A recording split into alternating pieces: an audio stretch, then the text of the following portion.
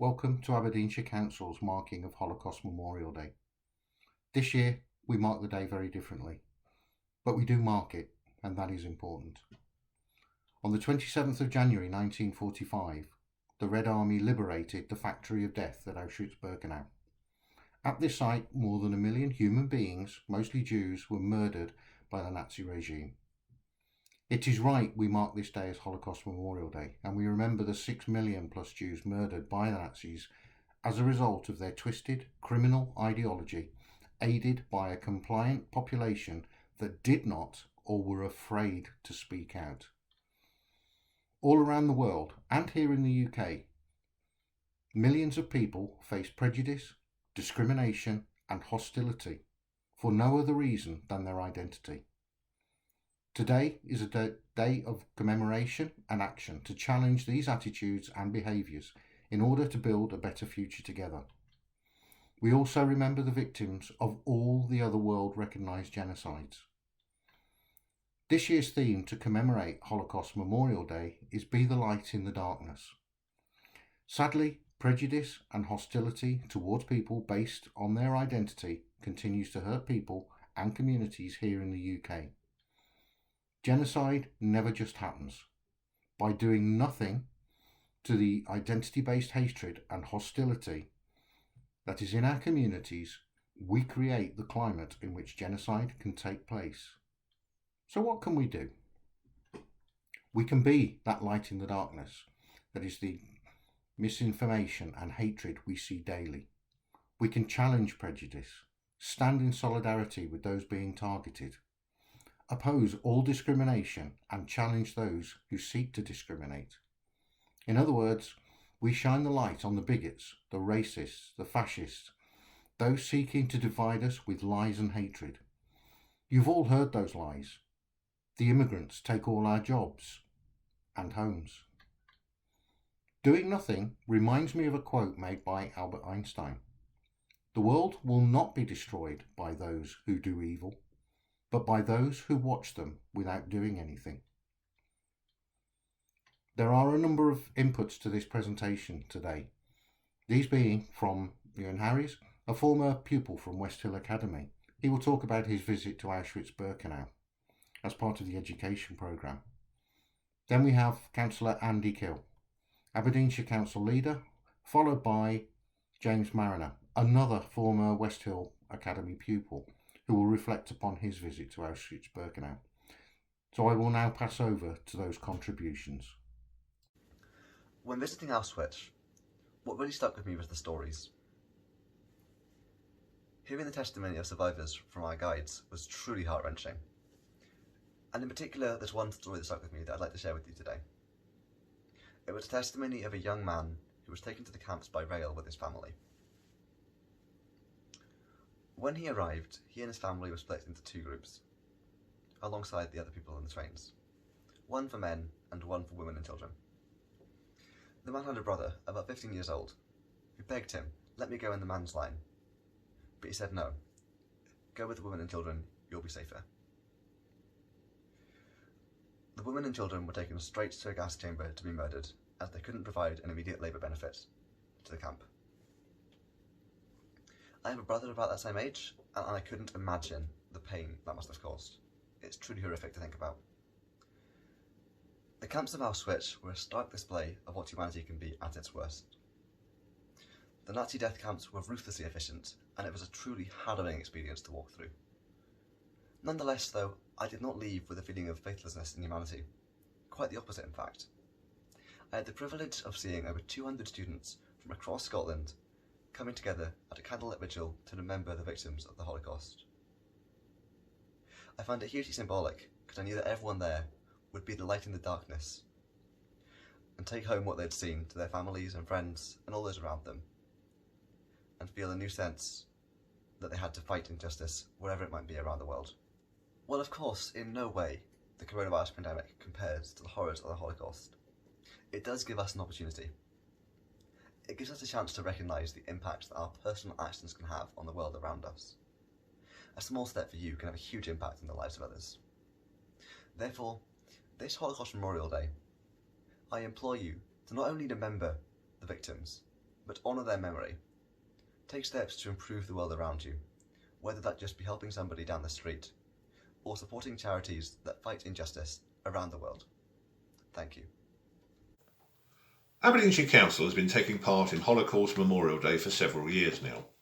Our event today is one of thousands of activities taking place across the UK to help us to empathise, learn and be inspired to act for a safer and better future for everyone.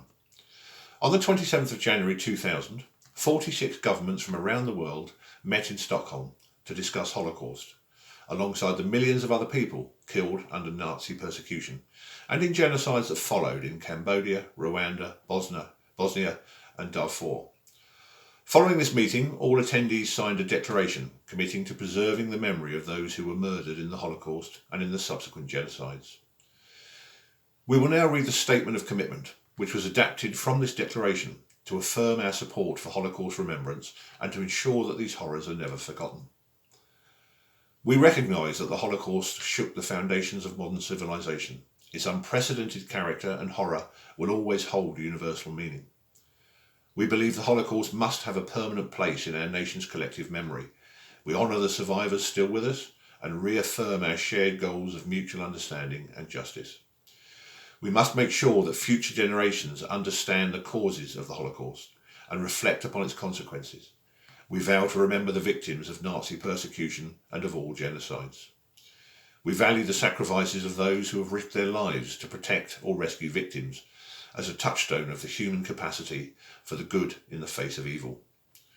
We recognise that humanity is still scarred by the belief that race, religion, disability or sexuality make some people's lives worth less than others.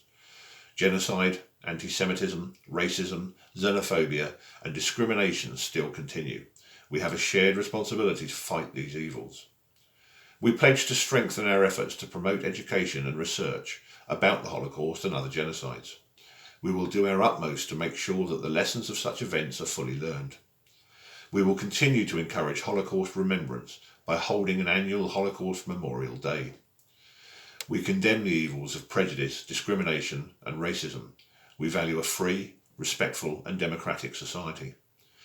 Learning is such an important tool, not only to helping us remember and reflect, but also to understand why we must stand up against hate, racism, discrimination, prejudice and intolerance. We must be the light in the darkness. Our Aberdeenshire Library Service has put together a range of digital resources which you can read to continue learning about these events. You can find more at livelifeaberdeenshire.org.uk/libraries. There is also a wealth of resources at the Holocaust Memorial Day website, hmd.org.uk. I would now like to read the poem We Remember Them, written by Sylvan Kamens and Rabbi Jack Reimer. At the rising of the sun and its going down, we remember them. At the blowing of the wind and in the chill of winter, we remember them. At the opening of the buds and in the rebirth of spring, we remember them. All the blueness of the skies and the warmth of summer, we remember them. At the rustling of the leaves and in the beauty of autumn, we remember them. At the beginning of the year and when it ends, we remember them. As long as we live, they too will live. For they are now a part of us, as we remember them.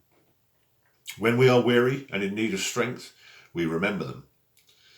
When we are lost and sick at heart, we remember them. When we have joy we crave to share, we remember them. When we have decisions that are difficult to make, we remember them. When we have achievements that are based on theirs, we remember them. As long as we live, they too will live. For they now are a part of us, as we remember them. Next, we're going to hear from James Marriner, a former pupil at Westhill Academy, who is reflecting on his experience of visiting Auschwitz. Auschwitz is obviously an extremely hard place to visit, and although we can never really come close to imagining it during the war, it still holds the same sense of heartbreak. Whilst everyone who accompanied the trust to Auschwitz with us knew about the Holocaust, some things could only really be impressed upon us in person. No photo or textbook can convey the scale of such a massive operation designed only to kill, or conjure up the same feeling of seeing nail marks on a gas chamber wall. But the scale of the final solution was only possible due to the blind eyes turned all across Europe. We can never comment as to what raced through the minds of those who had to cooperate with the Nazis at the time, but we can say that their participation was essential to the suffering continuing.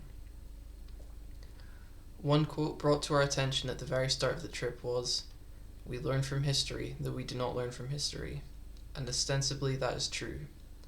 The world learns a little every time, but since the Holocaust, genocide and other campaigns of torment have continued around the globe, again, at the face of it, due to people turning the other cheek.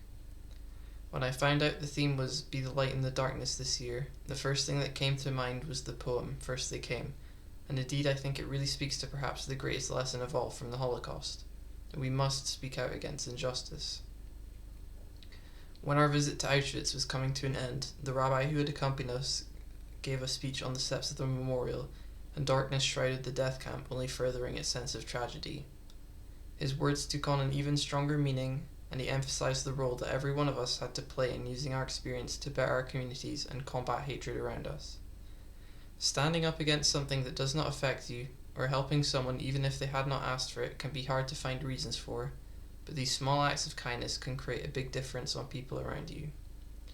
After the rabbi's speech, from one match, hundreds of candles were lit by spreading the flame from one another. Hopefully you will also find that if you can be the light in the darkness, you will light many other flames as well. First they came for the communists, and I did not speak out because I was not a communist. Then they came for the socialists, and I did not speak out because I was not a socialist. Then they came for the trade unionists, and I did not speak out because I was not a trade unionist. Then they came for the Jews, and I didn't speak out because I wasn't a Jew. Then they came for me, and there was no one left to speak out for me. I would like to finish up by asking you to take a few moments and reflect on the words in the poem, and how this could still be true in today's society. Think about the people being persecuted because of their sexuality, their religious beliefs, how they choose to live their life, what they choose as a career, the colour of their skin. This is just a small sample of reasons why people can be persecuted. Thank you for watching, and hopefully next year we can meet in person to commemorate Holocaust Memorial Day. My final ask of you this year is at 8 p.m. tonight, the 27th of January, you light a candle and place it in your window, and stand in solidarity with all of us throughout the UK and the world, shining a light, and continue to stand up to those who seek to divide us. Thank you.